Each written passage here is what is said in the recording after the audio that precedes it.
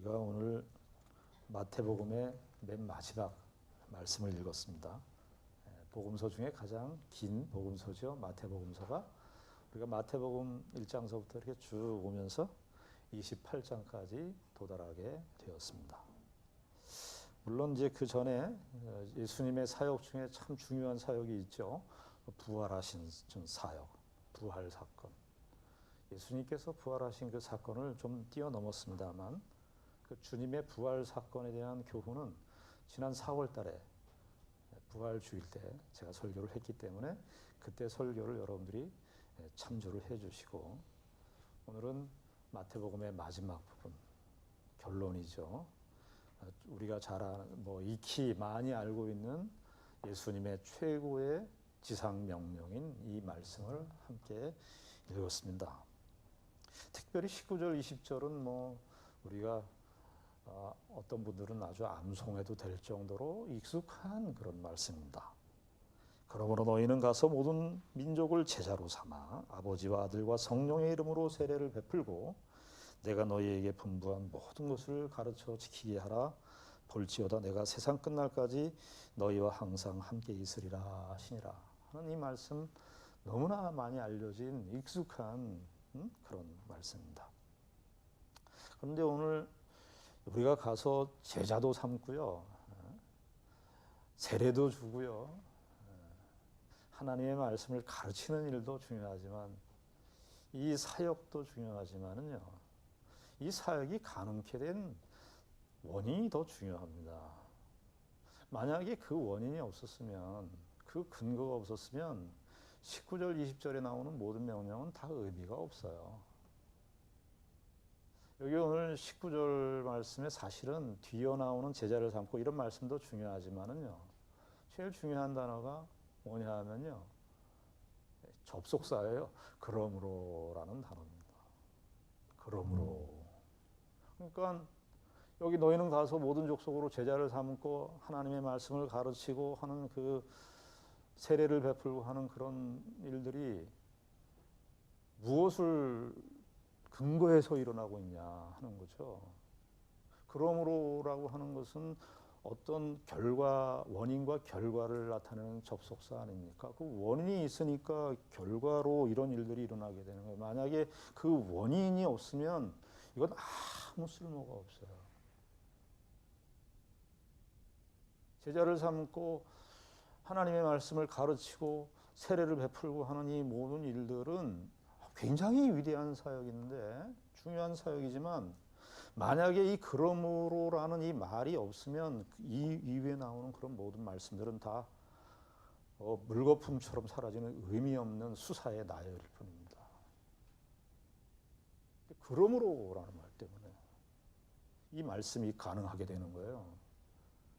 우리는요, 사람들은요, 액션이 너무 중요해요. 내가 뭔가를 행동해야 되느냐, 행동주의적 사고나 경향이 굉장히 우리에게 익숙해 있어요. 그래서 뭔가를 행동하고 뭔가를 움직이고, 여러분 지금 코로나 사태 때문에 좀 답답하시죠? 잘 못 움직이시고 하니까. 내가 중요한 훈련을 배우는 거예요. 가만히 있는 훈련 배워야 돼요. 근데 여기 그러므로라는 말, 그러므로 그러니까 그 전에 있는 말씀하고 관련이 있겠죠.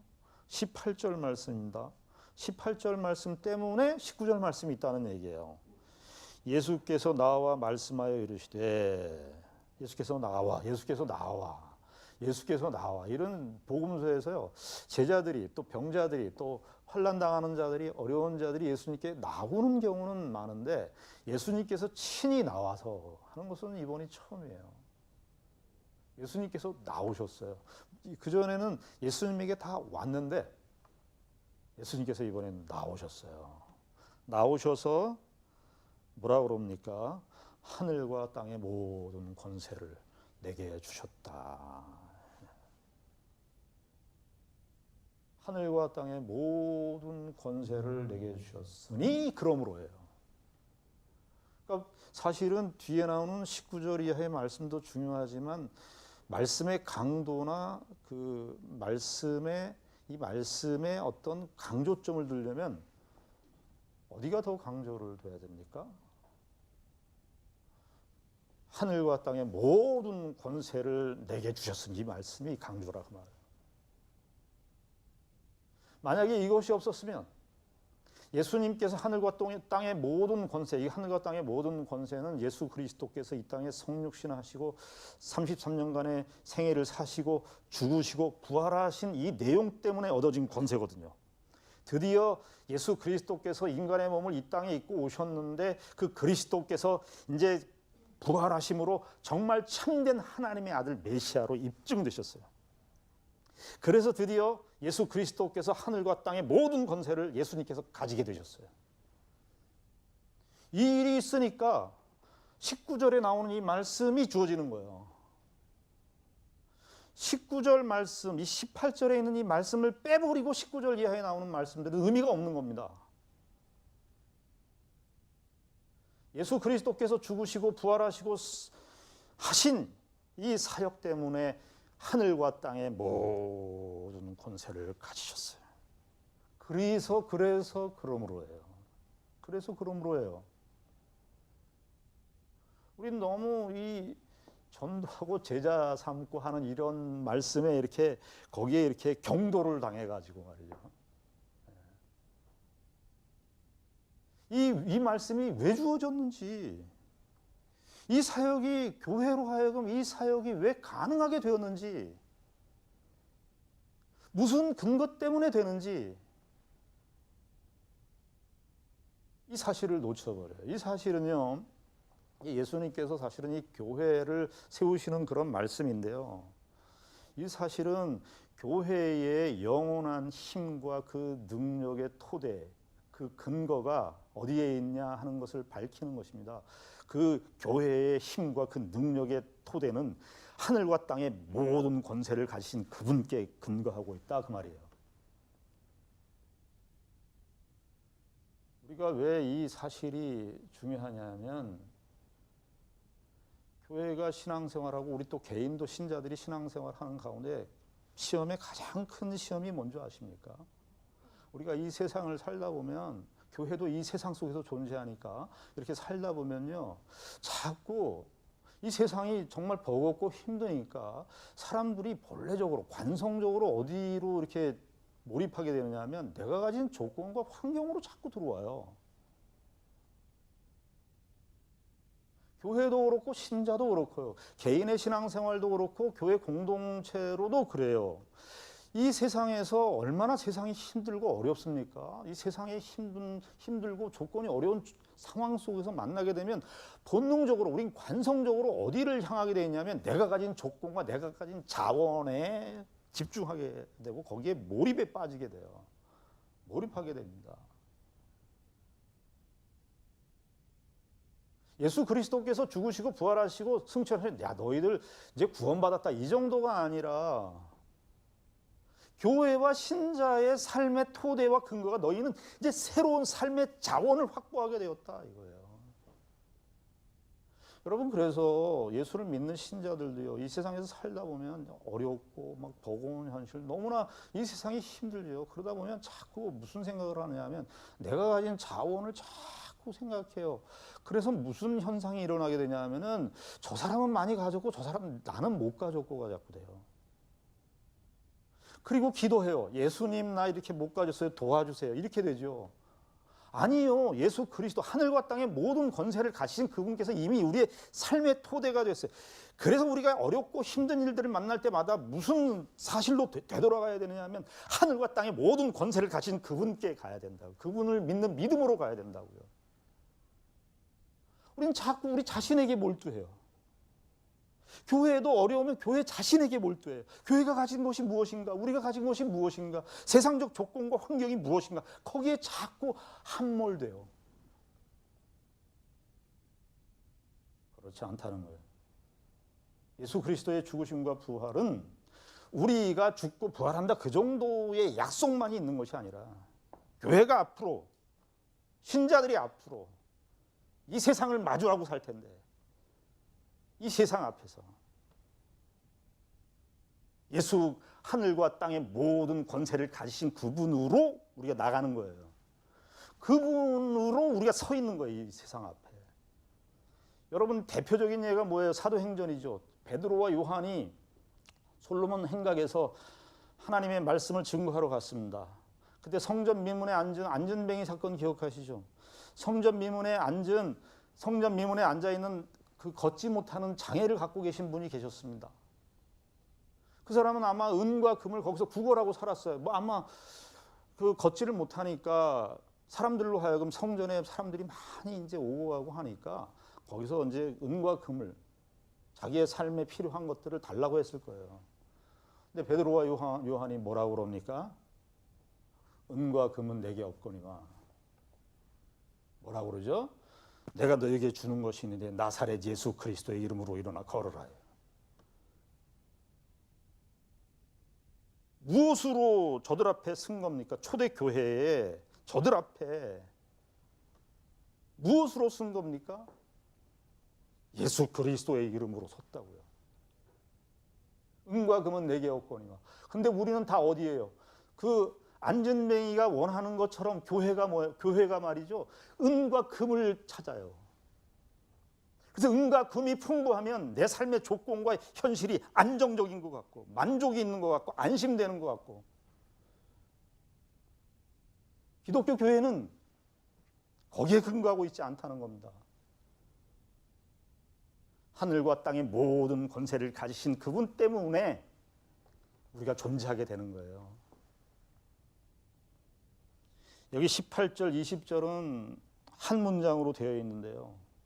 이게 사실은 좀 전문적인 용어입니다만 교차 대꾸 형식으로 되어 있어요. 그러니까 앞과 뒤가 이렇게 서로 연결되는 구조로 되어 있다 그 말이에요. 그러니까 18절에 하늘과 땅의 모든 권세를 내게 주셨다 이 말과 20절 맨 마지막에 내가 세상 끝날까지 너희와 항상 함께 있으리라가 이렇게 같이 교차 대꾸한다 그 말이에요. 같은 뜻이라. 그러니까 여기 중간에 있는 모든 내용들은 무엇으로 둘러싸고 있냐면 교회가 무엇으로 둘러싸고 있는지를 너희들이 기억해야 되는데 무엇으로 둘러싸고 있느냐? 하늘과 땅의 모든 권세를 가지신 그분께서 우리와 항상 끝날까지 함께 있게 되는 거예요. 이것에 둘러싸여 있다고요. 저와 여러분들이 이 세상에 살면서 세상이 우리에게 주는 시험을 잘 보셔야 됩니다. 무엇이 우리에게 시험을 거는 것인지. 계속해서 그러면 저 사람은 가졌고 나는 못 가졌고를 계속해야 돼요. 이 지루한 반복적인 싸움이 끝나질 않아요. 쟤는 잘 되고 나는 못 되고예요. 계속. 여기서 다람쥐 쳇바퀴 도는 듯한 그 인생을 벗어나지를 못하는 거예요. 우리가 가진 내용이 무엇이고 우리가 어떤 토대 위에 있는지를 모르는 거예요. 내가 세상 끝날까지 너희와 항상 함께 있기 때문에 현재 시제로서 현재 영원한 하나님의 임재가 현재 속에 있다고요. 어떤 분이 하늘과 땅의 모든 권세를 가지신 그분께서.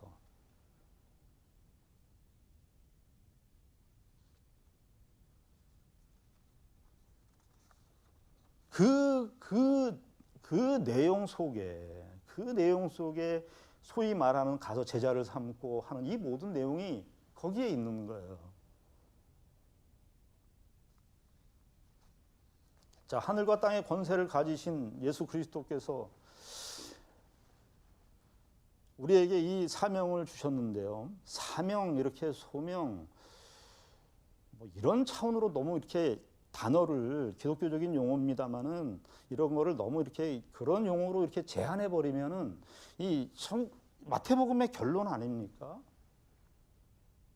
원래 사복음서의 연대 순서는요.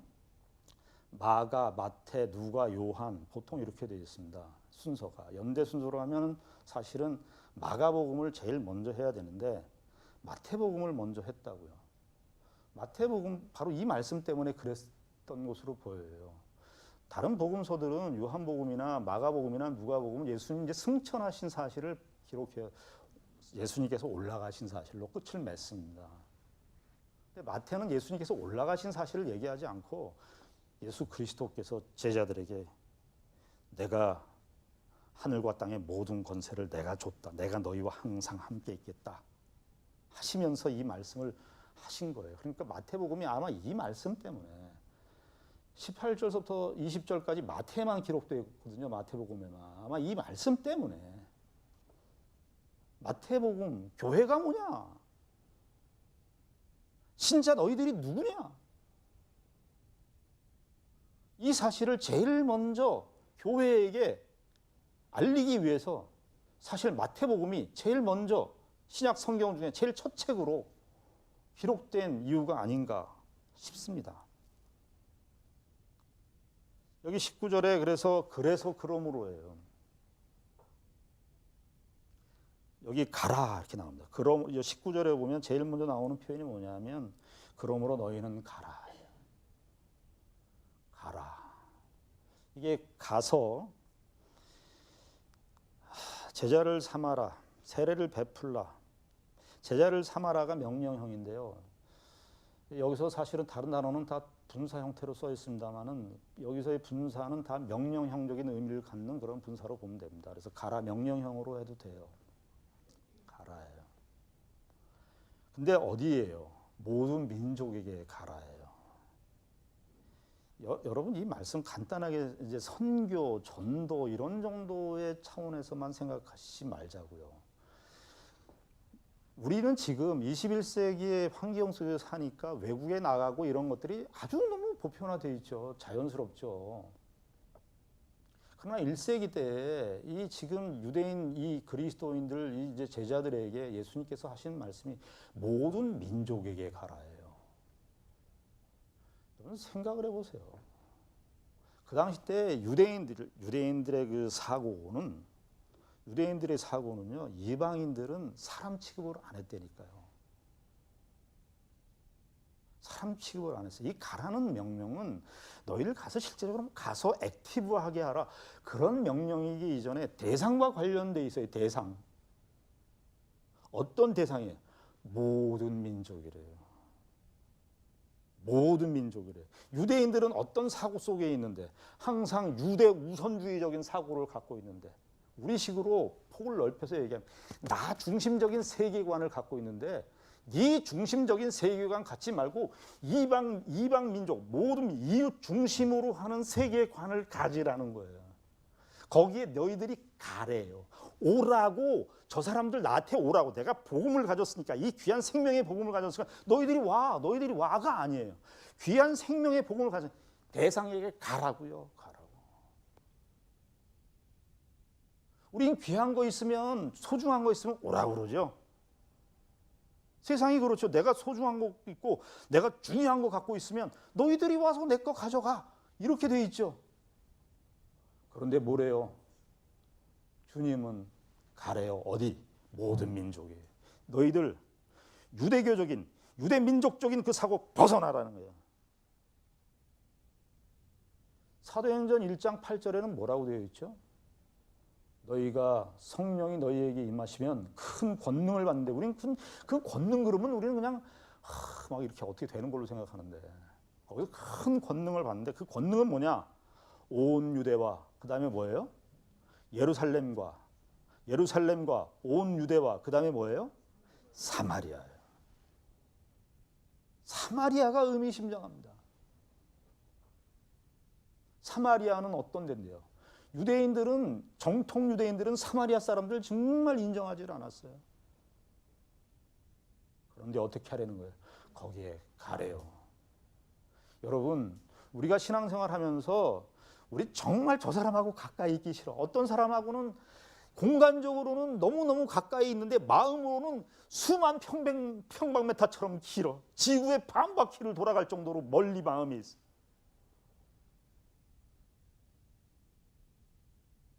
로마서 12장에 보면은 그리스도인들의 사랑의 실천 목록이 나오는데 구제를 하는데요. 이렇게 되어 있어요.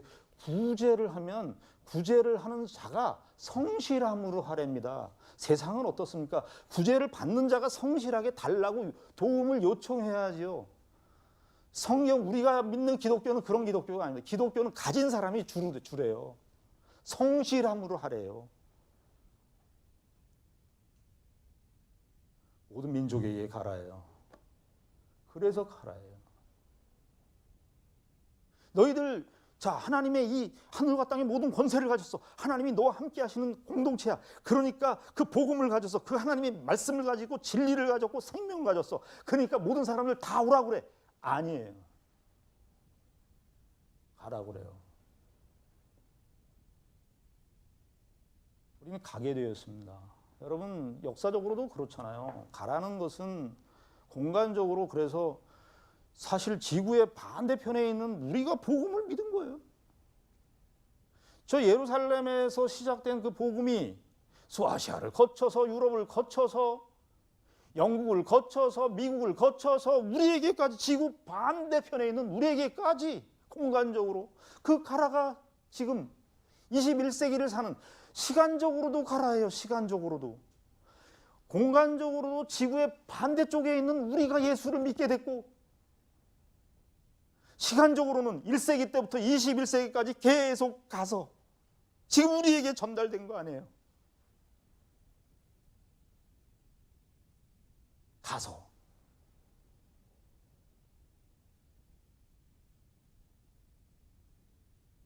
하나님은요, 가장 귀한 것은 주시는 분이에요. 소중한 거 갖고 있으니까 폼 잡고 아끼시고 안 주고 줄까 말까 밀당하고 약 올리고 그러신 분이 아니에요. 하나님은 가장 소중한 거 우리에게 다 주. 햇빛, 공기. 세금 만드시는 분들이 햇빛세 만들고 공기세 만들면 왕창 얻을 텐데,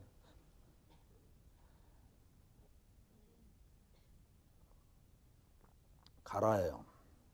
모든 민족을 제자로 삼아. 이 말씀이 갖는 의미를 우리가 기독교 성경의 전체적인 맥락 속에서 이해해야 되는 겁니다.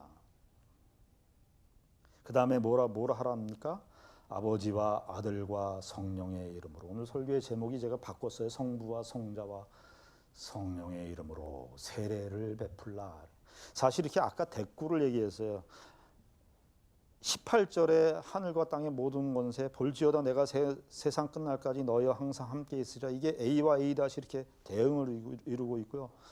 19절에 보면 상반절에 모든 민족을 제자로 삼는다는 말과 20절 상반절에 있는 내가 너희에게 분부한 모든 것을 가르쳐 지키게 하라가 이렇게 서로 B와 B 다시예요. 그럼 가운데 뭐가 있냐 하면 그 가운데가 어떤 면에서 또 강조인데, 아버지와 아들과 성령의 이름으로 세례를 베풀라가 이 가운데 있어요. 그러니까 교회는 둘러싸고 있는 현실이 뭐냐? 하늘과 땅의 모든 권세를 내게 주신 분이 그분이 우리와 함께 하시는 조건과 환경 속에서 살고 있고, 교회 사역을 하는데도 누구를 의지해서 하느냐? 성부와 성자와 성령의 이름으로 사는 거예요. 기억하셔야 돼요. 우리가 가진 것으로 아무것도 할 수 있는 것이 없다는 것을 인정하셔야 됩니다. 삼위, 성부, 성자, 성령, 삼위일체 하나님의 사역 속에서 하는 거예요. 여러분, 그런데 아버지와 아들과 성령의 이름으로, 성부와 성자와 성령의 이름으로 세례를 베풀라. 세례는 무엇입니까? 세례는 무엇이죠? 세례는 예수를 믿게 되는 거죠. 믿을 때 세례식을 행하는 거예요. 근데 그런 뜻도 있지만 세례의 가장 중요한 뜻은 죽었다 살아나는 거예요. 내가 옛사람, 예수 그리스도를 믿기 이전에 죽었다가 살아났어요. 예수를 믿는다는 건요, 내가 이 세상에 살면서 어렸을 때 이렇게 교양이 이렇게 좀 별 볼 일 없었는데 교육을 받아서 이렇게 사람이 개선되어지고 그런 거 아니에요. 예수 믿는 기독교는 그거 아니에요. 그 삶이 완전히 죽는 거예요. 야, 저 사람은 참 법 없이도 살 수 있을 것 같아. 사람과 이 사람은 완전히 행동이 개차반인데 예수를 믿어. 어떤 사람이 천국 가요? 성경에서는 누구가 천국 간다는 거예요? 비교가 좀 극단적이긴 합니다만 누가 천국 간다는 거예요? 개차반인데 예수를 믿은 사람이 간다는 거예요. 세상의 논리에서는 안 맞아요. 왜요? 예수를 믿었기 때문에 그래요. 그 세례예요. 그런데 왜 아버지와 아들과 성령의 이름으로 세례를 줘요? 그 한 영혼이 죽고 살아나는 이 세례의식에 참여하는 그 모든 일들이 누구의 사역이다? 삼위일체 성부, 성자, 성령 하나님의 사역이라는 거예요. 여러분, 우리가 이 세상에 살면서 누구의 전도를 통해서 혹은 어렸을 때부터 태어났을 때부터 부모가 기독교 신앙이니까 모태 신앙으로 자라오고 그래서 우리가 신앙을 받아들입니다만 성경에 와서 들어와 보면 한 영혼이 주 앞에 무릎을 꿇고 주님을 받아들이고 주님을 영접하고 그분과 함께 죽고 그분과 함께 새롭게 살아나는 이 세례의식이야말로 세례야말로 삼위일체 하나님의 적극적이고 능동적인 사역의 가장 핵심적 결과입니다. 왜 그렇죠? 성부 하나님은 뭐라 하셨습니까? 성부 하나님은 창세전에 하나님의 선택하신 자를 예정하셨어요. 예정. 여러분, 예수 그리스도께서 다시 오실 때, 재림하실 때 언제 다시 오시느냐? 뭐 여러 가지 징조와 그 현상들이 있지만 성경식으로 얘기하면 세례 받는 우리의 신자의 입장에서 보면 마지막 택자, 하나님께서 성부 하나님께서 예정하시고 선택해 놓으신 작정하신 그 마지막 한 영혼이 부르심을 받을 때, 세례를 받을 때 그때 예수님께서 다시 오실 거예요. 마지막 택자를 하나님께서 부르실 때 그때 예수 그리스도의 재림이 올 거예요. 그러니까 성부 하나님의 작정과 계획 속에 한 영혼을 부르시겠다고 하는 그 예정이 돼 있죠. 성자 하나님은 그 죄인들 선택, 하나님의 성부 하나님의 선택과 예정 속에 있는 그 한 영혼을 구원하려면 구원의 원인이 제공되어야 돼요. 그냥 하나님의 성부 하나님의 선택과 예정 속에만 있어서 구원이 이루어지질 않아요. 성자 하나님이신 예수 그리스도, 이제 마태복음은 그 얘기를 한 거예요. 아브라함과 다윗의 자손 예수 그리스도의 세계라 해서 예수 그리스도를 얘기한 거예요. 결국은 그 성부 하나님께서 예정해 놓으신 그 선택자, 그 택자를 구원을 가능하려면 인류는요 죄를 내가 저 사람 죄를 내가 대속해서 죽어야 되겠다고 아무리 선언해도 죄가 대속이 안 됩니다. 의인이시면서 죄인을 대표하셔야 됩니다. 예수 그리스도 외에는 없어요. 그래서 예수 그리스도께서는 성육신하시고 이 땅에 오셔서 33년간 마지막에 3년간의 공생애가 십자가를 향해서 죽으시고 그래서 우리의 구원의 수단이 된 거예요.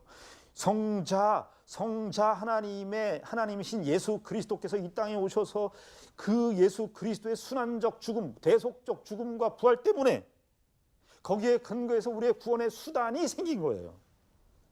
그럼 여기까지만 답니까? 2000년 전에 돌아가신 그 예수 그리스도께서 십자가에 죽으시고 부활하셨다는 그 사실이 나에게 연결되어야 될 거 아니에요. 누가 하시죠? 성령님께서 하신다.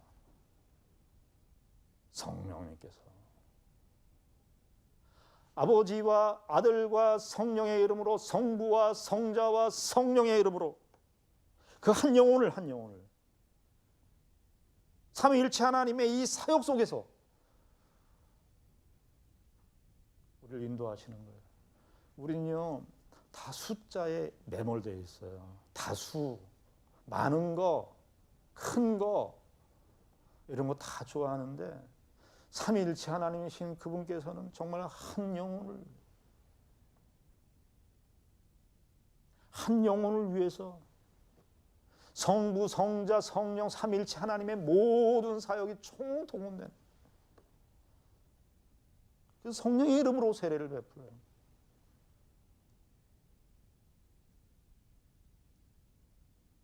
(20절에) 세례를 베풀고 나온 다음에 뭐라고 그러죠? 내가 너희에게 분부한 모든 것을 가르쳐 지키게 하라. 이거요 세상 교육하고 이 가르쳐 지킨다 이 말이 나오니까 세상 교육처럼 자꾸 생각을 하시는데 교회 교육도 세상 교육 이렇게 연장선상 속에서 자꾸 이해하시는데 그런 맥락이 전혀 아닙니다. 자, 세례를 베풀었어요.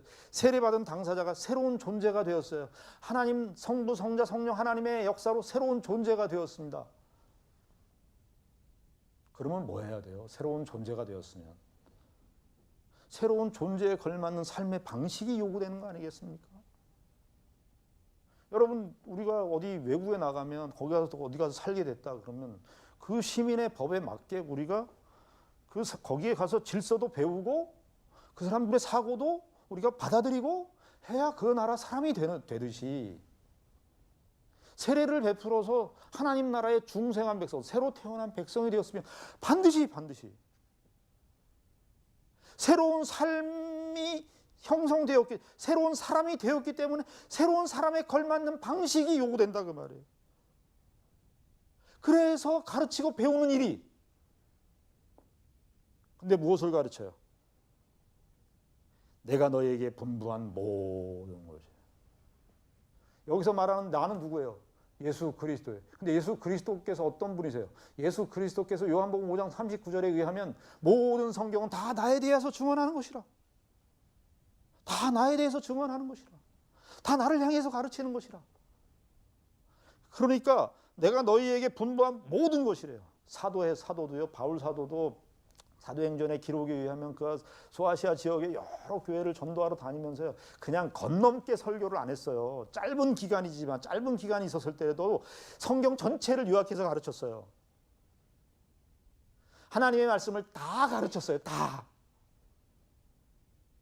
왜 다 가르쳐요? 하나님의 백성이 되었으니까, 새로운 존재가 되었으니까. 너희들 새로운 존재가 되었는데 하나님 새로운 존재의 삶의 방식을 안 살고 옛사람 방식으로 계속 살면 안 되니까.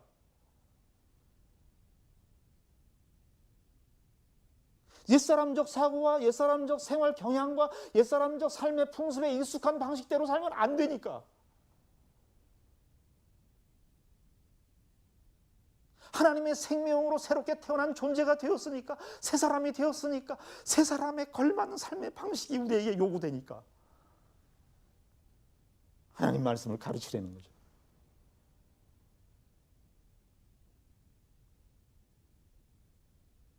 저 여러분들이 마태복음을 끝맺으면서 우리가 마지막 말씀이 뭡니까? 볼지어다 내가 세상 끝날까지 너희와 항상 함께 있으리라. 하나님께서 말이죠. 하나님께서 우리에게 주시는 모든 축복의 말씀이 성경에 아주 풍부하게 많습니다만 이게 우리의 가장 핵심적인 말씀이에요. 하나님이 우리와 함께 하신다. 과학자들도요, 과학자의 세계 속에서 우리는 지금 여기 뭐 아무것도 안 보이는 것 같습니다만 과학자들이 여기 원자 있고 밀입자들이 있고 무슨 핵 같은 원자 핵 그런 거 있고 다 보인다 그래요. 하나님은요, 우리가 과학자들이 이 세상의 모든 것이 꽉 차. 우리가 광선을 우리가 이렇게 보지만 가시 광선이라는 것이 우리 있어서 보는 겁니다. 가청 주파수라는 것이 20MHz인가요? 20MHz에서 40MHz인가요? 그래서 우리가 듣는 건데 그 주파수가 우리의 눈에 보이지 않지만 주파수가 다 있어. 온 세상은 가득 차 있어요. 하나님은요, 그거보다 더 충만하게 영원한 현재 속에 우리와 함께 거하세요. 우리와 함께. 그러니 그렇게 사는 우리의 일상이니 우리의 일상이 가장 하나님의 함께하심에 내가 너희와 항상 함께 있음에 가장 현실적인 확인이고 임재고 축복 아니겠습니까? 저는 오늘이라고 하는 지금이라고 하는 이 현실만큼 하나님의 함께하심에 가장 큰 역사가 없다고 생각을 합니다. 저는 오늘 설교를 하는 중에서도 하나님이 함께 하시고 설교 거룩한 일만 하니까 하나님이 함께 하시는 것이 아니라 저는 너무 배가 고프고 점심을 맛있게 먹을 겁니다. 끝나고 나서 점심을 맛있게 먹는 그 현장 속에서 하나님의 함께 하심이 있을 것이고, 그래서 저는 밥 먹는 시간이 너무너무 행복하고 내 다음의 일상이 기다려집니다. 그리고 저녁 때가 되면 집사람하고 저녁을 먹으면서 오늘 설교를 왜 그렇게 했냐 저렇게 했냐 이 얘기를 다 잔소리를 듣는 그 현실이 하나님의 임재예요. 뭐 하나님의 임재가 어떠세요? 뭐 하나님의 임재니까 뭐 굉장히 드라마틱하고 뭐 그런 것 같습니까? 아니요. 우리의 일상이 가장 하나님의 함께 하심의 현장이에요. 저는 내일 아침에 또 일어나서 배가 고파서 아침을 먹을 겁니다. 아침 먹는 시간이 너무너무 기다려져. 아침이 저는 제일 배가 고파요. 여러분들 너무 복잡하게 생각하지 마시고 오늘 할 일을 하십시오. 오늘 할 일은 오늘 지금 하시고 그 다음 일을 하십시오. 이빨을 닦았으면 세수를 하십시오. 거기서 뭐 딴 생각하지 마시고 왜? 지금 내가 살고 있는 이 순간만큼 내가 지금 호흡하고 살고 있는 이 시간만큼 주님께서 우리와 함께 하시는 시간은 없기 때문입니다. 다 소중한 날들이고 다 하나님께서 우리에게 은혜로 함께 해주시는 날들입니다. 고통스러운 현실도 겪을 것입니다. 고통스럽고 고통스러울 때마다 예수님의 십자가를 묵상하십시오. 예수님의 십자가만큼 하나님의 임재하심을 가장 웅변적으로 드러낸 사건이 어디 있습니까? 우리가 그것을 갖고 저와 여러분들이 하나님의 이 함께하심의 축복과 은혜 속에서 우리가 살고 있음을 다시 한번 고백하고 증언하시는 귀한 은혜가 있기를 바랍니다. 기도하겠습니다. 하나님 아버지 은혜를 감사합니다. 우리가 하나님의 함께 하심의 은혜 속에서 살고 있고 하늘과 땅의 모든 권세를 가지신 그분 때문에 살고 있습니다. 우리가 살아가는 모든 삶의 모든 토대에 하늘과 땅의 모든 권세를 가지신 그분께서 우리와 함께 하시는 이 사실로 늘 믿음으로 반응하며 살게 하여 주시옵소서. 예수님 이름으로 기도드리옵나이다.